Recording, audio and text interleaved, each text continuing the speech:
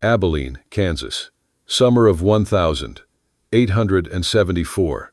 The sun hung low and merciless, burning the plains into a haze of gold and red dust. Heat shimmered off the rooftops of the cattle town, where flies clung to sweat-stained shirts and the smell of horseflesh mixed with stale whiskey. Prairie winds rattled the shutters of the saloon, carrying with them the faint cry of a hawk circling overhead. Through the shimmering dust rode Samuel Cutter, a rancher carved from years of solitude. His hat brim was low, shadowing eyes, the color of storm clouds, his coat worn thin at the elbows.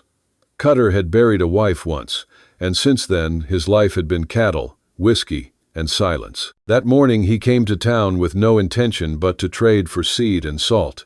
But fate, as it often did on the frontier, had other plans. The auction yard was crowded, restless men jostling shoulder to shoulder, their spurs clinking on dry boards. Cutter expected steers, wagons, maybe a half-broken bronc. What he saw instead made the air turn cold despite the sun. On the raised block stood a woman bound by rope at the wrists, a dark veil hiding her face. The auctioneer's voice rang out like a hammer on iron. "Gentlemen, today we offer more than cattle today, a bride." Laughter rippled through the crowd, cruel and sharp. Coins clinked, boots stamped. Cutter's jaw tightened as men shouted bids, treating her as though she were no more than a mule or a wagon wheel. Something in him snapped. He didn't know if it was anger, pity, or the heavy weight of his own loneliness. Before the last call, his hand lifted, voice steady, "I'll pay." The gavel struck wood. Silence fell. Slowly, the veil was pulled away. Gasps rippled through the yard. The woman's dark eyes burned like embers, proud and defiant, her braided hair marked with beads and turquoise. She was no mail-order bride. She was the daughter of an Apache chief, and Samuel Cutter had just bought her. But before we continue, make sure to like and subscribe for more untold Wild West stories. The sun was already sinking low when Samuel Cutter led the veiled woman away from the auction yard. Dust clung to his boots, his throat dry as alkali, though the real weight pressed deeper in the eyes, staring holes through his back. The town of Abilene had gone quiet after the auctioneer's gavel fell. Men spat in the dirt, women pulled their children closer, and the sheriff gave a look that carried both warning and pity. Cutter had bought himself more than a bride. He'd bought trouble. She walked beside him, wrists still bound, her steps sharp and unyielding despite the rope. Cutter stopped at the hitching post, the crowd holding its breath. With one swift tug of his knife, the bonds fell away. Her arms dropped free, but she did not flee. She stood tall, her gaze cutting through him like a sharpened arrow. For a moment, he almost wished she would run. But she didn't. She was trapped as surely as he was. The law in Kansas was clear. A purchase at auction was binding.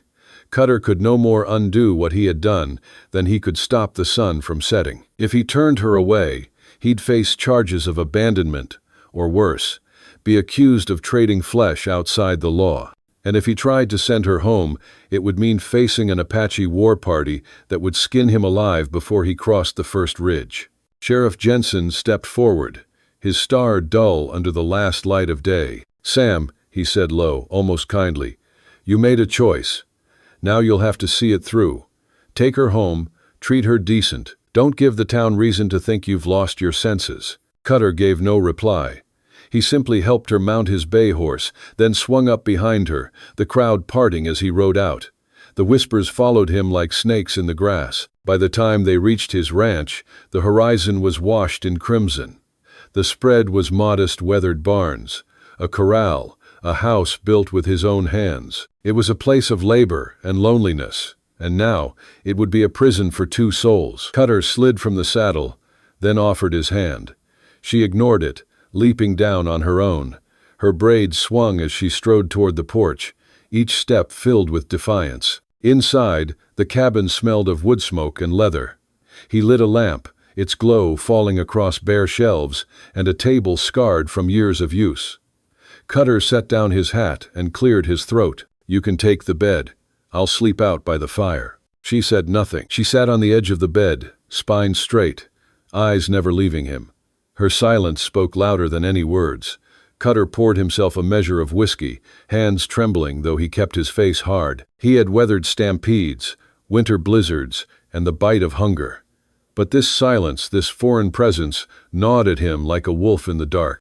Days passed, each one pressing him tighter against the bars of his choice. At dawn, he worked the cattle, the sound of hooves and lowing carrying across the valley.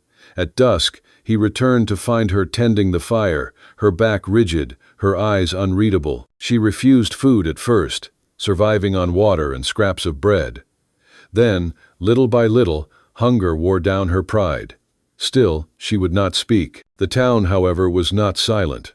Riders came up the road, neighbors curious, some hostile. One evening, Cutter caught two boys creeping along the fence, throwing stones at the house. He shouted them off, but their laughter trailed behind like echoes of the scorn he knew waited in town. Each night, as he lay awake on the hard ground outside, Cutter thought of leaving her at the nearest fort, of finding a way to send her back to her people. But he knew the army would not treat her gently, and worse, her kin might already be watching, waiting for a reason to draw blood. He began to understand the cruel twist of fate. The rope that had bound her wrists now bound his life to hers. Neither could escape. She had become his responsibility, his burden, and perhaps, though he would not yet admit it, his only chance at redemption. And so the days stretched, relentless as the prairie wind.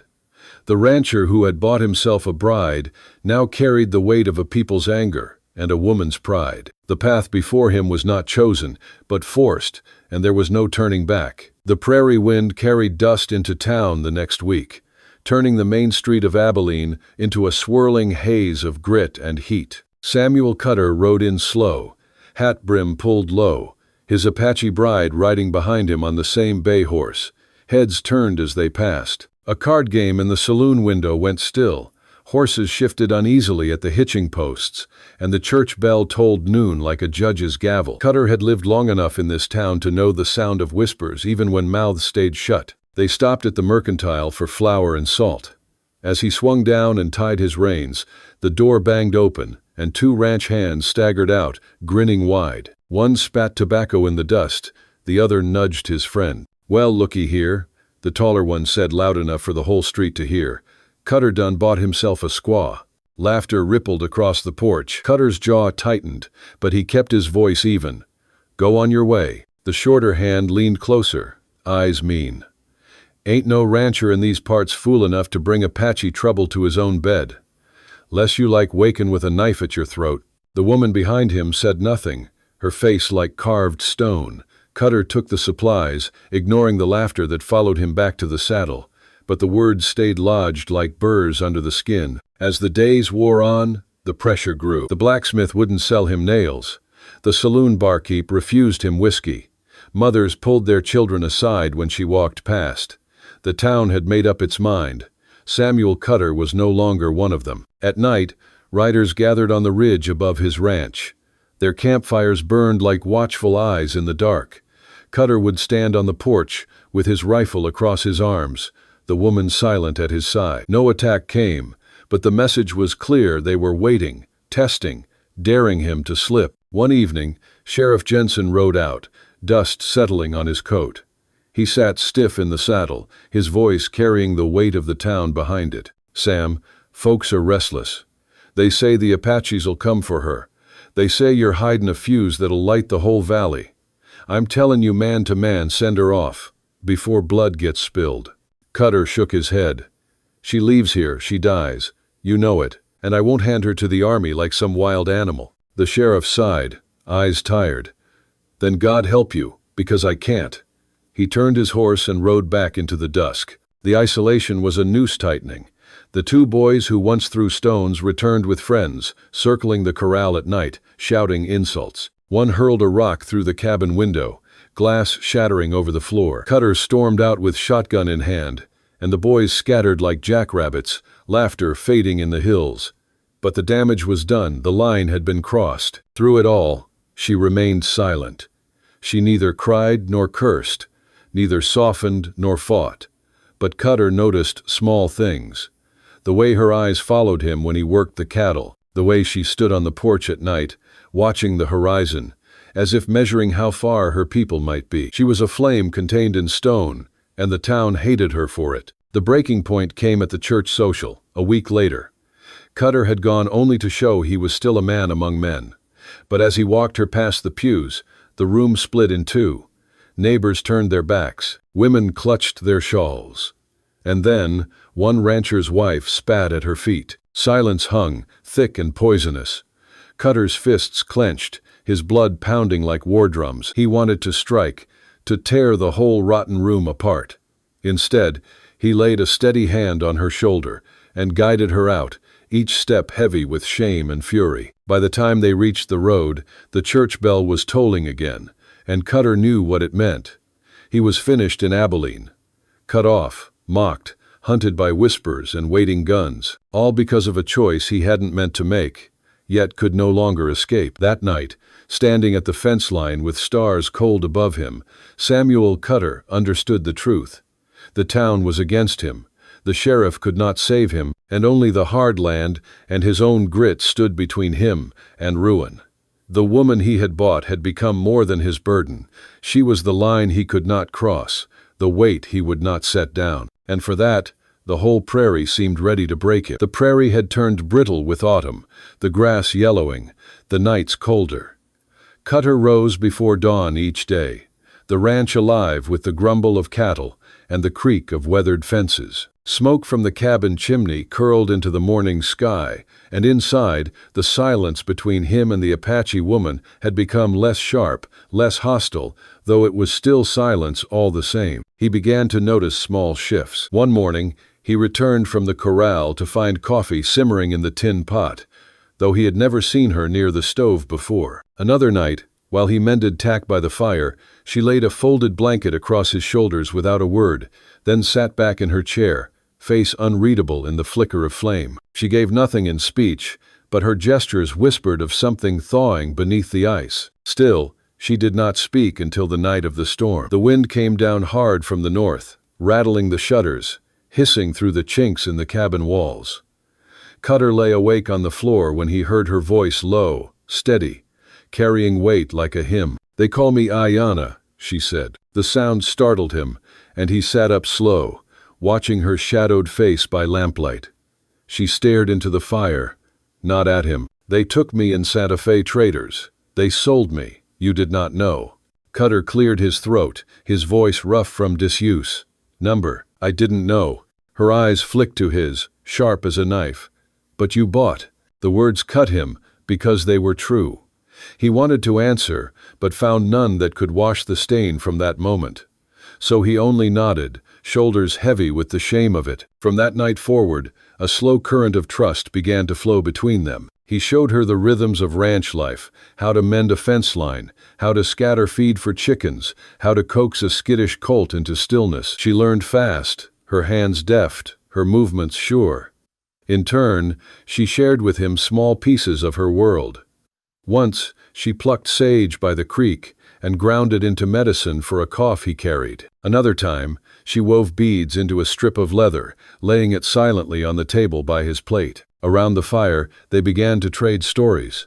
Cutter spoke of the winter he lost his wife, the fever that swept through the valley, the years he spent burying himself in work to escape the ache. She listened, eyes steady, and when he faltered, she reached out just the brush of her fingers against his arm, but enough to ground him. Later, she told him of her father, a chief whose word held the loyalty of hundreds, and of her brothers who had taught her to ride, to track, to be proud in the face of hardship. Her voice wavered when she spoke of the day she was taken, but her chin never lowered. The nights grew colder, and Cutter gave up the hard floor, instead stringing his bedroll by the fire while she took the bed. They did not speak of it, but in the closeness of that one-room cabin, the space between them shrank. Sometimes, when the wind howled and coyotes yipped in the distance, he would wake to find her watching him, her eyes softer than the stone mask she wore by day. One evening, Cutter saddled the bay horse and handed her the reins. "Ride him," he said. She narrowed her eyes, testing for mockery, but when she found none, she swung up with grace that spoke of years in the saddle. The horse carried her across the pasture, mane streaming, and for the first time Cutter saw her laugh quiet, but true. It cracked something open in him, something he hadn't felt since before the grave took his wife. But their peace was fragile, a flame flickering in the wind. When Cutter rode into town for supplies, the stares cut deeper now, because the bond between them had become visible, undeniable. He saw it in the sneers of men at the saloon, in the muttered curses that followed him out of the mercantile. They could sense what was forming, and it made them restless. Back on the ranch, though, the world felt different. The silence between them was no longer heavy. She spoke more, asked questions about cattle, about fences, about the long wars of white men against each other.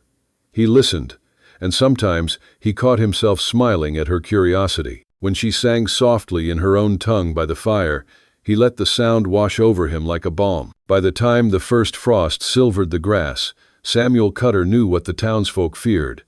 It was no longer a burden that tied them together. It was something harder to name, something that frightened him as much as it gave him strength. And though he would not yet say it, even to himself, he had begun to see her not as the woman he had bought, but as the partner fate had thrust into his path. Ayanna, the flame that lit the long, dark nights of the prairie. The first snow of winter came late that year, dusting the prairie in pale silence. For a time, it seemed as though the valley itself had hushed, holding back the storm of men's hatred that had been brewing. Cutter worked the cattle in the frosted fields, his breath steaming, while Ayanna split kindling with a steady rhythm, her hair catching flecks of snow. Their bond had grown into something real, unspoken, but undeniable. Yet peace in the west was always borrowed time. It began with shadows on the ridge. One night, Cutter stepped out onto the porch and saw them 3 riders silhouetted against the moon, watching. He gripped his rifle tight, but they didn't move, just stared, until the cold drove him back inside. The next night, there were 5, then 7. He knew what it meant. The town was done whispering. The attack came sudden, without warning. It was a bitter night, the wind slicing across the plains like a blade. Cutter woke to the acrid sting of smoke. Flames licked the barn rafters, the dry hay catching like gunpowder. The cattle bawled in terror, the corral gates shuddering as men outside whooped and hollered. Ayanna's cry cut through the smoke. "Samuel!" He grabbed his rifle and threw open the door. Figures moved in the firelight, 6 men, faces masked with kerchiefs, torches blazing in their hands. Cutter fired once, dropping a man near the fence. The others scattered for cover, guns cracking back in reply. Bullets whined off the cabin walls. Ayanna dragged buckets from the well, flinging water onto the barn, but the flames were already climbing, black smoke curling into the sky. "Leave it," Cutter shouted. "Get inside." But she refused, her dark eyes fierce in the glow of fire. Together they fought, he with his rifle, she with sheer will, pulling frightened horses clear of the collapsing barn. The heat seared their faces, sparks raining down, the night alive with gunfire and the roar of burning wood. Then came the moment that split the world. Cutter heard the hiss before he felt it, a bullet tearing past, grazing his shoulder. He staggered, dropping to one knee, blood seeping through his shirt. Ayanna was at his side in an instant, her hand pressed to the wound, her voice sharp. "Stay low." But the attackers pressed harder, circling. One torch arced through the air and smashed against the cabin wall. Flames leapt greedily up the wood. The home he had built with his own hands was turning to tinder before his eyes. Cutter's breath came ragged, fury rising like wildfire inside him. He pushed to his feet, rifle raised, and fired until the chamber clicked empty. 2 men dropped, the rest fled into the night, their torches discarded in the dirt. But the damage was done. The barn lay in smoking ruins, the cabin walls ablaze. He staggered toward the flames, as if sheer will could hold back their hunger. Ayanna caught his arm, her voice breaking for the first time. "Samuel, stop. It is gone." Her words cut through the roar. His strength gave way, knees sinking into the ash. Around them, the ranch smoldered, the sky glowing red as dawn. All he had built, the work of years, lay in ruin. Only she remained, her hand still gripping his, her face streaked with soot and tears. For the first time, Cutter let the weight fall. He bowed his head against her shoulder, his chest heaving. And though neither spoke the word, the truth hung between them, stronger than the flames that had tried to take it. They were bound not by law, not by purchase, but by survival, by sacrifice, by something deeper than either could name. When the fire finally burned itself to silence, they stood together in the gray ash of what had been his world. The cattle were scattered, the barn gone, the cabin gutted. But in the center of it all, in the wreckage and ruin, stood two figures side by side, scarred, but unbroken. The storm had come, the storm had taken, and still they endured. The prairie was still smoking when dawn broke over Cutter's land. The barn lay in blackened timbers, the cabin smoldered to its bones, and the cold morning wind carried the bitter smell of ash. Samuel Cutter stood in the ruin, shirt torn, shoulder bound in cloth dark with blood. Beside him, Ayanna leaned against the porch rail that no longer held a roof, her face streaked with soot, her eyes hollow but unyielding. In the silence that followed the fire, the land seemed to breathe again. The cattle, spooked but alive, drifted back from the hills. A hawk circled high above, its cry cutting through the smoky air. Cutter felt the weight of years pressing on him, but also the strange pull of something new, something unburned within the ruin, the quiet presence of the woman at his side. That day, they began again. He salvaged what he could: iron nails warped from the heat, charred planks that still held strength. Ayanna worked beside him, her hands blistered from hauling timbers, her voice steady as she urged him forward when his strength flagged. The neighbors did not come. The town kept its distance, but the two of them, scarred and weary, refused to bow. Through winter, they slept beneath the stars, huddled close beside a fire ringed with stones. Snow drifted over the prairie, winds tore through the valley, but still they endured. Cutter built a lean-to from salvaged boards, and Ayanna stitched furs into blankets thick enough to outlast the cold. In that long silence of snow and smoke, their bond became something more than survival. It became a promise, though neither spoke the word aloud. 6 months later, when spring rolled in and the grass stretched green across the plains, a new cabin stood where the old one had fallen. Its beams were fresh-cut pine from the hills, its windows clearer, its roof strong. On one of the crossbeams above the hearth, Cutter had carved two names side by side, Samuel and Ayanna. The mark was plain, but it was theirs, etched into the wood like a vow the world could not break. The land healed with them.